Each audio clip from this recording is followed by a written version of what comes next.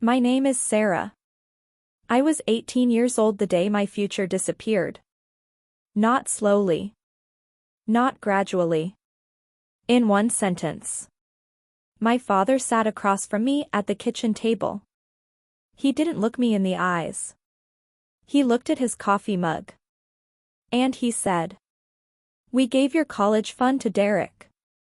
That was it. No apology. No explanation. No plan. Just those 7 words, and silence. I sat there.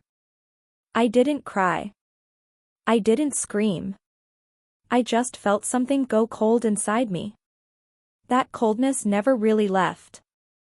Let me take you back. I grew up in a middle-class family in Ohio. My parents, Tom and Linda, worked hard. Dad was an electrician. Mom was a school administrator. We were never rich. But we were never struggling either. I have one brother. Derek. 3 years older than me. From the beginning, Derek was the favorite. Not in a subtle way. In a loud, obvious, embarrassing way. Derek got the new car at 16. I got the old one at 17, with a broken AC. Derek got extended curfews. I had to be home by 10, even at 17. Derek failed 2 grades and my parents called it a rough patch. I got a B+ in chemistry once and my mother said I needed to focus more. I told myself it didn't matter. I worked harder. I kept my grades up. I got a part-time job at 16. I saved money. I had a plan. The plan was college. Pre-med. Then medical school. I had been told since I was 12 that there was a college fund for me. My parents said it clearly, "We're saving for both of you. Don't worry." I didn't worry. That was my first mistake. Derek dropped out of community college after 1 semester. Then he started a business. I never fully understood what the business was. It involved cryptocurrency, some kind of online reselling, and a lot of promises. My parents believed every word. They gave him money. Small amounts first. Then larger ones. I didn't know the details. I was in my senior year of high school, focused on applications, focused on my future. I got into a good university. Not Ivy League, but a solid school with a strong pre-med track. I was proud. My parents said they were proud too. Then came that morning at the kitchen table. "We gave your college fund to Derek." I asked how much. $42,000. I had to ask my father to repeat it. $42,000. Gone. Into Derek's business. Which had already started failing. My mother came into the kitchen during this conversation. She sat down and said something I have never forgotten. She said, "Derek needs it more right now. You're smart, Sarah. You'll figure it out." I'll figure it out. As if my future was a minor inconvenience. As if my years of planning meant nothing. As if I was the strong one so I didn't need protecting. I nodded. I stood up. I went to my room. And I made a decision. I would figure it out. But not for them. For me. I deferred my university acceptance by 1 year. I worked 2 jobs. 7 days a week. A diner in the mornings. A retail store in the evenings. I saved every dollar I could. I applied for every scholarship I could find.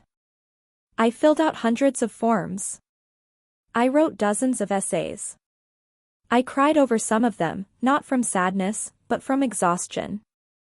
I got 3 scholarships. They weren't enough to cover everything.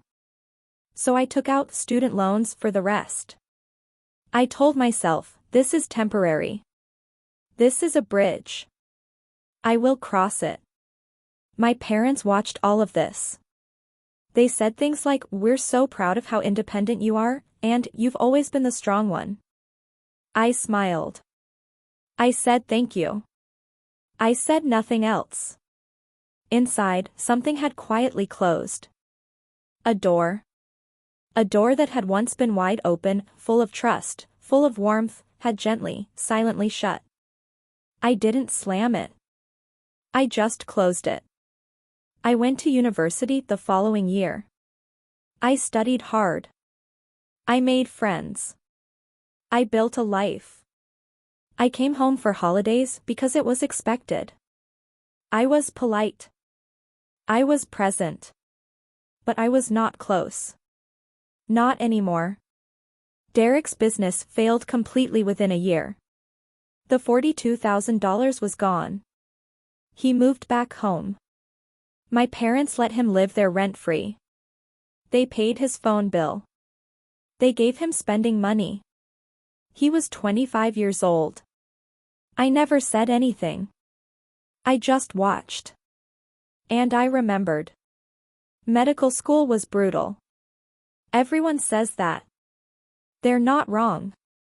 But I had something many of my classmates didn't have, the absolute knowledge that no one was coming to save me. That knowledge is a hard thing to carry. But it is also a powerful thing. I didn't take vacations. I didn't buy things I didn't need. I studied when others slept. I worked a hospital part-time position during my second year to reduce my loan burden. Every single dollar I earned, I counted it. I protected it. Because I knew what it felt like to have someone take it away.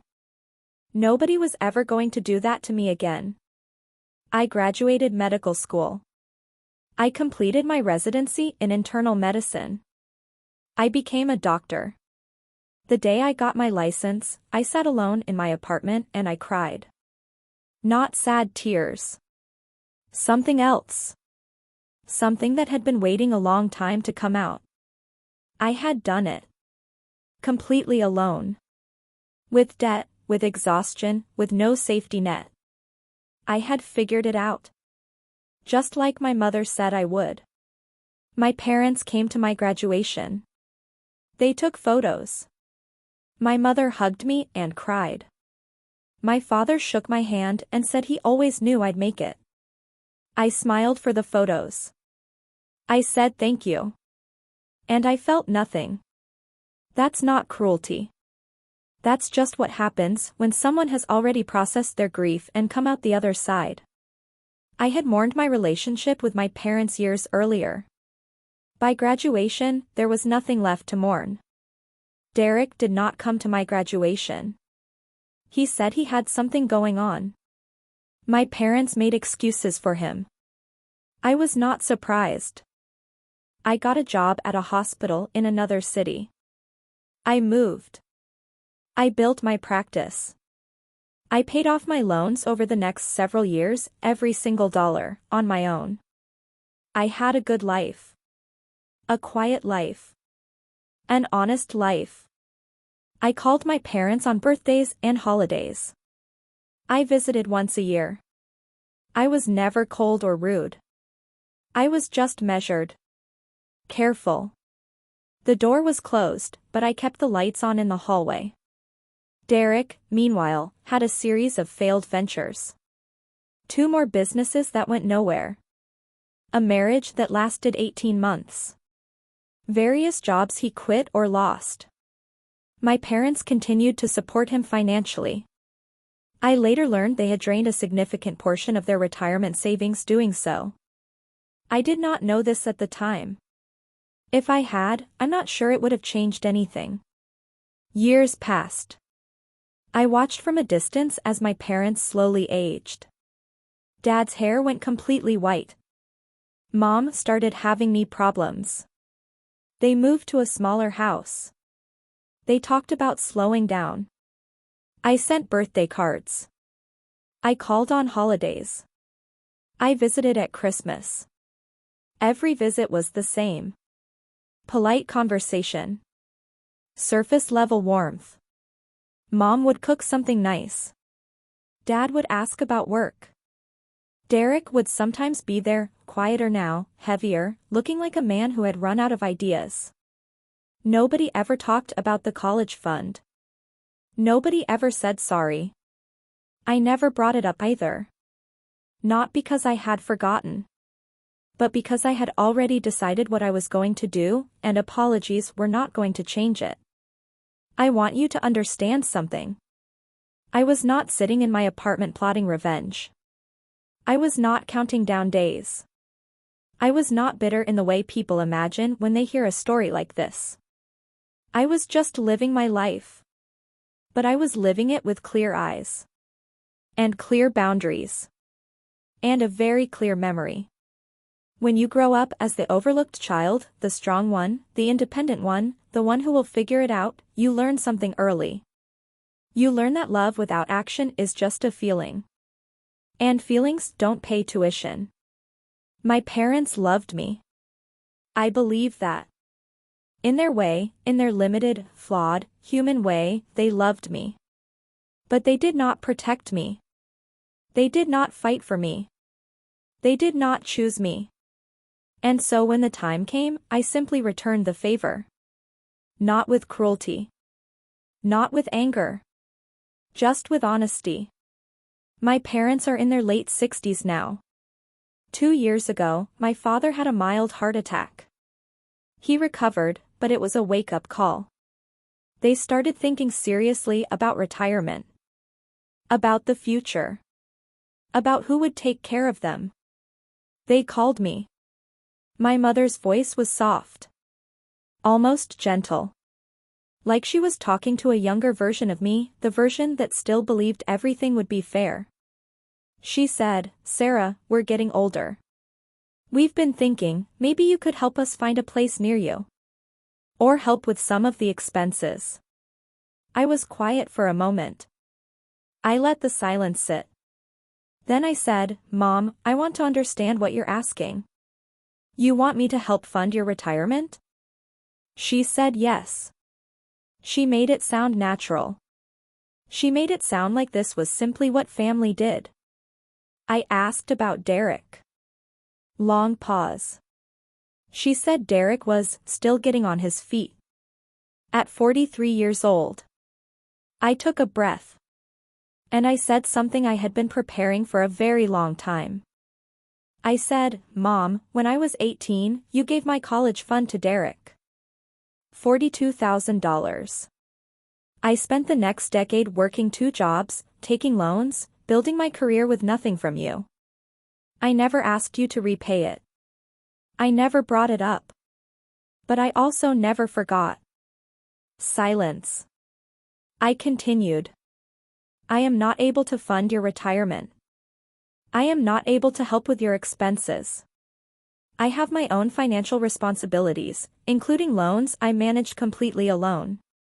I wish you and Dad well. I hope you are comfortable. But this is not something I can do." My mother was quiet for a long moment. Then she said, "Sarah, we're your parents." I said, "I know. And I'm your daughter. The one you told to figure it out." I said, "Goodbye." I ended the call. I sat in my apartment afterward. No music. No TV. Just quiet. I waited for the guilt to come. That old familiar guilt that the overlooked child always carries, the guilt of not being enough, of not doing enough, of somehow still failing the people who failed you first. It didn't come. What came instead was something I hadn't expected. Relief. Not the loud kind. Not the dramatic kind. Just a quiet, settled, bone-deep relief. Like putting down a bag you had been carrying for so long you had forgotten it was there. Derek called me a week later. His voice was tight. Controlled. Like he had rehearsed what he was going to say. He said I had upset Mom. He said I was being selfish. He said family sticks together. I let him finish. Then I said, Derek, where were you when I was working double shifts at 18 to pay for school? Silence. Where were you when I was writing scholarship essays at midnight after a 10-hour shift? More silence. Where were you at my graduation? Nothing. I said, take care of them. You have had decades of their support. Their money. Their time. Their belief. It is your turn now. I ended that call too. My parents have not moved near me. They are managing, carefully, quietly, on what remains of their retirement savings. Derek helps them now. More than he ever has before. Maybe losing the option of calling me made him finally step up. Maybe the weight of responsibility felt different when there was no backup plan. I don't know. And honestly, I don't need to know. I send a card on birthdays. I call on holidays. I visited last Christmas. We had a pleasant, surface-level afternoon. Mom made her chicken casserole. Dad watched football. Derek was quieter than usual. Nobody talked about the phone call. Nobody apologized. I didn't expect them to. My mother has never said sorry. I don't think she will. I think in her mind, she made a decision years ago that made sense to her at the time. And people rarely apologize for decisions that made sense to them at the time. Maybe she never understood what she took from me. Not just the money. But the trust. The safety. The simple childhood belief that I was equally loved and equally worth protecting. Maybe she never will. That used to keep me up at night. Now it just is what it is. If you are the child who was always told to be strong, I see you. If you were the one handed nothing while someone else was handed everything, I see you. If you built your life from scratch, with no safety net, no backup, no one catching you when you fell, I see you. You are not selfish for protecting your peace. You are not cruel for maintaining your boundaries. You are not wrong for deciding that love does not require endless sacrifice. You figured it out. You always do. And you do not owe anyone a rescue, not even the people who were supposed to rescue you first. Take care of yourself. You have earned it.